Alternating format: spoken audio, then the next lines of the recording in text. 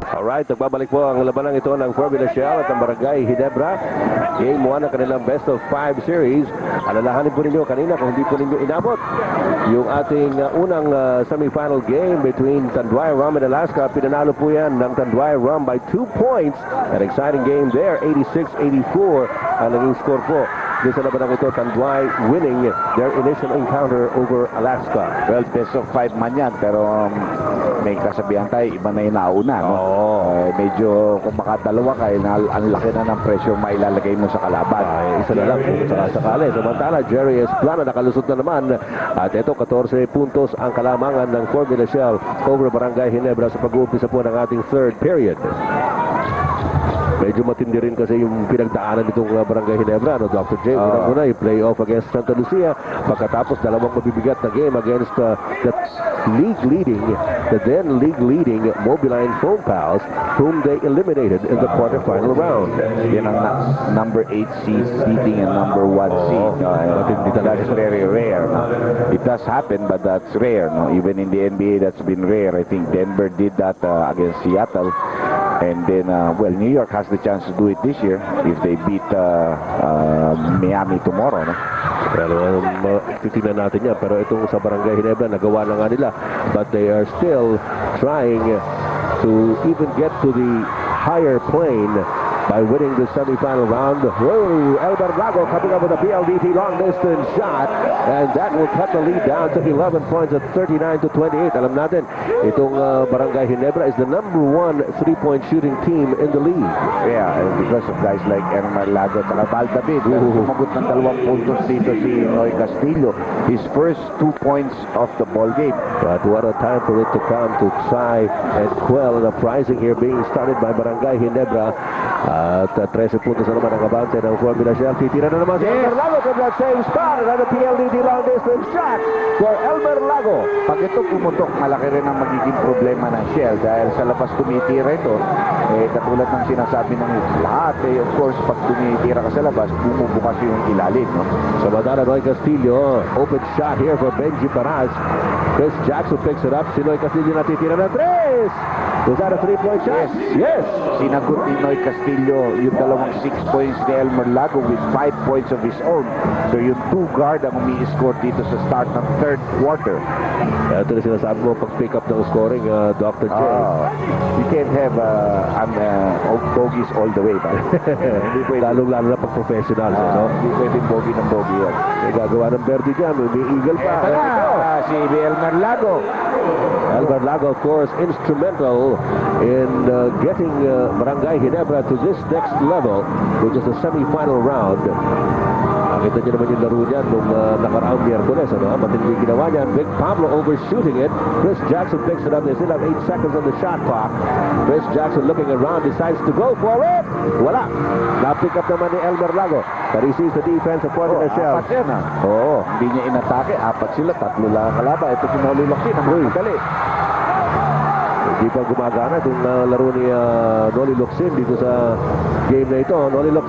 Noy Castillo karagawin sa Benji Paras pero wala sa pwesto. Marlo Aquino to Noli Locsin at center court. And Noli Locsin says, teka muna. Benji Paras has missed all of his 3 attempts dito sa quarter na ito. Now he's 3 out of 9 from the field. No? Oo nga. Ganun pa man ay lamang pa rin ang Formula Shell ng 11. 44-33. 8:20 remaining dito po sa ating third period. May foul sa atake yata ni Wilmer Ong. Jerry Esplana ang tatawagan ng kanyang pangatlong personal foul dito po sa larong ito. Problema rin yan para sa Formula Shell. 3 na personal foul ni Jerry and we're still early here in the third quarter. 8:19 left. Of course, Val David also picked up 3 early fouls back in the first half. Steven na pala siya. Ganda. Ito mahirap na tira yun para kay Wilmer Ong, but he got it to go. Credit the assist to Marlo Aquino. Alam naman natin hindi very flexible ang katawan ni Wilmer. But that was a nice cut and he kept his composure, made a good shot. The lead is down to 9. 8 minutes left. Pinag-aaralan na nitong lumibal na dito si Castillo. Masyado ka na maraming ginagawa. Ito na naman si Benji from the outside. That time he hit pay dirt. 1 out of 4 in this quarter. Benji Paras has 8 points in the ball game, but he already has 7 defensive rebounds. Ayan naman ang alam natin na multidimensional player. Ito, isa pang multidimensional player. Noli Locsin now taking it strong. It happens because people now have to think of Elmer Lago. Yung sa labas. kanyang mumapantay, hindi nakaka-sat down. Dahil baka biglang pasahan, yun ay tumitira sa labas yun. At nagpapapasok. Oo. Here is Plana's pass to Benji Paras. Noli Locsin from behind. Tatawagan ng swap. Ito pa nagkakamali. Pakatlo ito ni Noli Locsin. Pablo in the first half with 14 points. No? And I remember that foul of Noli Locsin. We remember when Richie Dixon was still playing for Formula Shell. Hinebra rin yan. Na-foul ni Noli Locsin yan in the last play. 3-point attempt. So 3 shots yun. Lahat pumasok. I think nagkaroon ng overtime o natalo sila doon. Eventually, natalo rin sila. So, naalala naman ni Noli yung kanyang foul from behind there. No? Maraming history. Maraming history ang Shell at Barangay Ginebra. Napag-usapan nga natin yan. Napakatagal lang labanan yan. Talagang punong-puno po yan ng kulay at aksyon. Pwede tayong to write a novel about that. Ha? Pwede tayong abutin ng gabungan. Ito na naman si Elmer Lago. Elmer Lago sizzling hot here in the third quarter. This guy came from Pure Foods last year, no? That's right. Sinasabi sa akin ni Coach Vino na gusto ko ito pag lumipat ito sa akin. Magpapasalamat ako. Pero ito naman si Victor Pablo from the outside. Sa pool yung tirang yon ni Vic Pablo, and he continues to score para sa Formula Shell, giving the Zoom Masters another double-digit lead at 11, 50-39. Ito na naman si Noli Locsin, nilabas kay Mal David. Mal David trying to circle around the defense. Marlo Aquino underneath. Binigay kay Noli Locsin. He is right in front of the basket and he scores. The scoring certainly has picked up here in the third quarter, as expected. Birdies are all over the place. Dami ng nakikita mga pagkakataon dito na hindi sinasayang na magkabilang kupunan. Lamang pa rin na Siyam ang Formula Shell. Jerry Esplana, 7 seconds on the shot clock against Elmer Lago. Esplana turns around and fires. Pero nandiyo dyan si Benji Paras. Trabaho na naman ginagawa ng Tower of Power dito. Kahit Marino. Narito si Noy Castillo. With a pick from Vic Pablo. That's the roll. Pablo puts it up. Ayan na naman. Vic Pablo shooting from the outside. When they pick and roll, you've got to roll out to him because that guy can shoot that 18-20 footer just like the mailman. So, Malo, gano'n na gusto niyang tira. At alam natin yan si Vic Pablo slowly developed his talents here in the PBA. The kick out will result in a backcourt violation para sa Barangay Ginebra. Another turnover for them. They're down by 11 points. Meron pa tayong 5 minutes and 22 seconds remaining in the third quarter. Malayo pa po ito mga kaibigan. At alam naman natin, pag itong dalawang kupunan ng naglalaban, marami pong pwedeng mangyari. Abangan po ninyo after this timeout.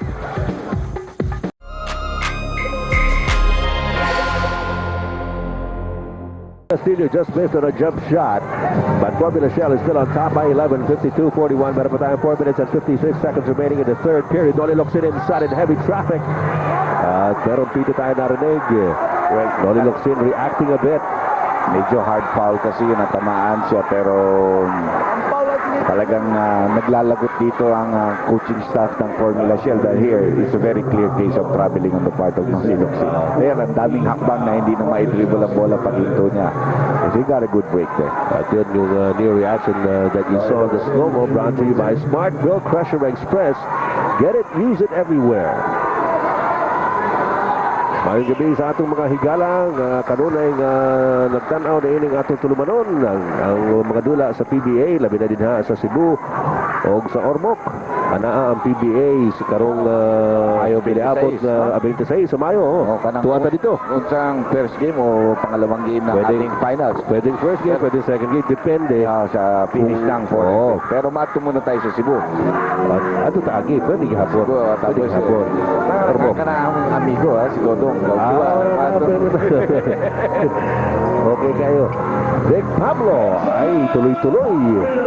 Si Victor the Conqueror. 20 points already in the ball game for Victor Pablo, but only 1 rebound. No? But he's been scoring heavily for Formula Shell here. Samantala, Noli Locsin trying to circle around Chris Jackson. Samantala, merong offensive foul na nakita sa referee Cruz. So this will be on Noli Locsin. pang na yan. Oo. Pang-apat na nga niya yan. So, Not a good sign. he must keep his cool, no? Oo. Especially because medyo matindi pa itong hinahabol nila. Samantala, Johnny Escobar is brought back in by Coach Rino Salazar. At pinalitan niya si Wilmer Ong. 54 kontra 43. Lamang po ang Shell ng 11 puntos. 4 minutes and 14 seconds remaining in the third period. Vic Pablo nakatingin kay Jerry Esplana. Pinapostehan si Elmer Lago. Esplana, hindi makapasok. Nakita si Benji Paras. Drop-off pass to Chris Jackson. Great play by Formula Shell. Well, parang ilan lang ang plays ng Formula Shell. Post up Jerry Esplana, expect the double team, kick out the ball, make that extra pass, get a layup or a nice jump shot. At kaya naman, labutan naman sila ng 13 puntos. Ayun na naman si Elmer Lago pero hindi pumasok ang tira. Benji Paras gets to the rebound. Binigay kay Jerry Esplana. Esplana looking around. Binigay kay Benji. Benji inside to Esplana. Esplana, sabi niya, ayoko, nandiyan si Marlo. Ano ko, loko? Ano ka, siniswerte? Malunok ko pa yung bola. Pero sinasabi natin, matalinong tao yan. Jerry Esplana trying to take it against Nice Elmer block. Lago. Good block by Elmer Lago. Here's Noli Locsin. Pero nakababa si Vic Pablo at si Chris Jackson. Noli Locsin, naku! Offensive foul na naman yan. Panlima. Well, Noli, I think at this stage is a very frustrated player. Alam niya, papalitan na rin siya. Gusto niyang makatulog muna bago siya pumasok. Pero magandang mag-establish ng position itong defensive player na si Chris Jackson. No? At binangga ni Noli Locsin and he picks up foul number 5. Nasa third quarter pa lang tayo mga kaibigan with 3 minutes and 15 seconds remaining in the game. Lamang ang Formula Shell ng 13 over Barangay Ginebra. Ayan si Benji Paras, ginawang 15. Talagang umuusok dito mga tira ng Formula Shell. No? They shot very well from the field in the first half, 46%. Pero nag-improve pa ito sigurado dito sa third quarter. At narito ngayon ang Barangay Ginebra trying to pull themselves together. Benny Cheng with an open shot. Ayaw pumasok. Marlo Aquino hindi nakakuha ng rebound. Elmer Lago misses. Narito si Benji Paras. Nakita si Noy Castillo up ahead. Benny Cheng trying to go after. Tuloy-tuloy si Noy Castillo into 17-point lead now by Formula Shell.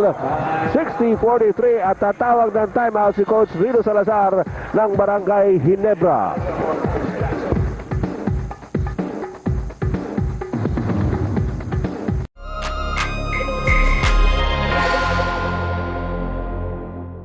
Araw ng sweldo. Tapos merong sale na naman dyan sa mga mall papunta rito. At saka umulan kanina. Kaya matraffic. 3-point attempt and 3-point shot dito para kay Val David. No?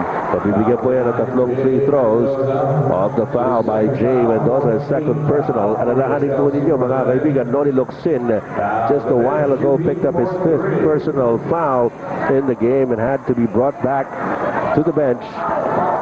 So that's a dire development for Barangay Ginebra, and it's up to his teammates on the hard court to try and make things happen. Akala pa naman natin, medyo gumaganda na yung laro ni Noli Locsin nung umpisa ng third quarter. Pero bigla na siya may ito with 2 straight fouls in this period. Well, it could be a blessing in disguise kung pipick up ang laro ni Marlo, pipick up ang laro ni Val. Tapos meron pa naman mga ibang players dyan that really have to step up. You know, Jolly Escobar and Benny Cheng can score. Oh. They can score. Elmer Lagos been scoring here. So, nasa kanila na yan yung depensa nila na medyo gumawa sila ng tinatawag natin defensive stops. Well, dalawa lang ang pumasok doon sa tatlong tira ni Val David, and he cuts the lead down somewhat to 15 points at 60-45. 2 minutes and 9 seconds remaining here in the third. Noy Castillo nakawala. At huli na nung dumating si Marlo Aquino to try and help out. So this is Shedden na naman. Nakabante ng Formula Shell here in the third quarter. This matches their biggest lead of the ball game. Marlo Aquino at low post. Very nice hook. Yun ang pinagagagawa ni Marlo Aquino ng first quarter, Dr. J. But so far, he has not been given the opportunity by the defense of Formula Shell to do that. Hindi masyado nakakahawak ng bola. That's very true. Marlo, however, still continues to play very well offensively. 15 na nagagawa niya rito. At ito si Benji Paras, naghahanap ng papasahan. Jerry Esplana trying to shake off Elmer Lago. 4 seconds on the shot clock. Jay Mendoza will have to put it up. His jump shot does not go. Val David recovers the loose ball. Tuloy-tuloy si Val David sa front court. Cross-court pass to Elmer Lago. Libre. 3-point shot is good. dito sa third quarter, mga kaibigan. Ito si Elmer Lago umi-score para sa Barangay Ginebra. PLDT long distance shot for him. Well, ang pinakikita ng Ginebra in the last few games kasama ng Eddie is that they are, kumbaga sa kabayo, dirimate. They're coming from behind almost every game. No?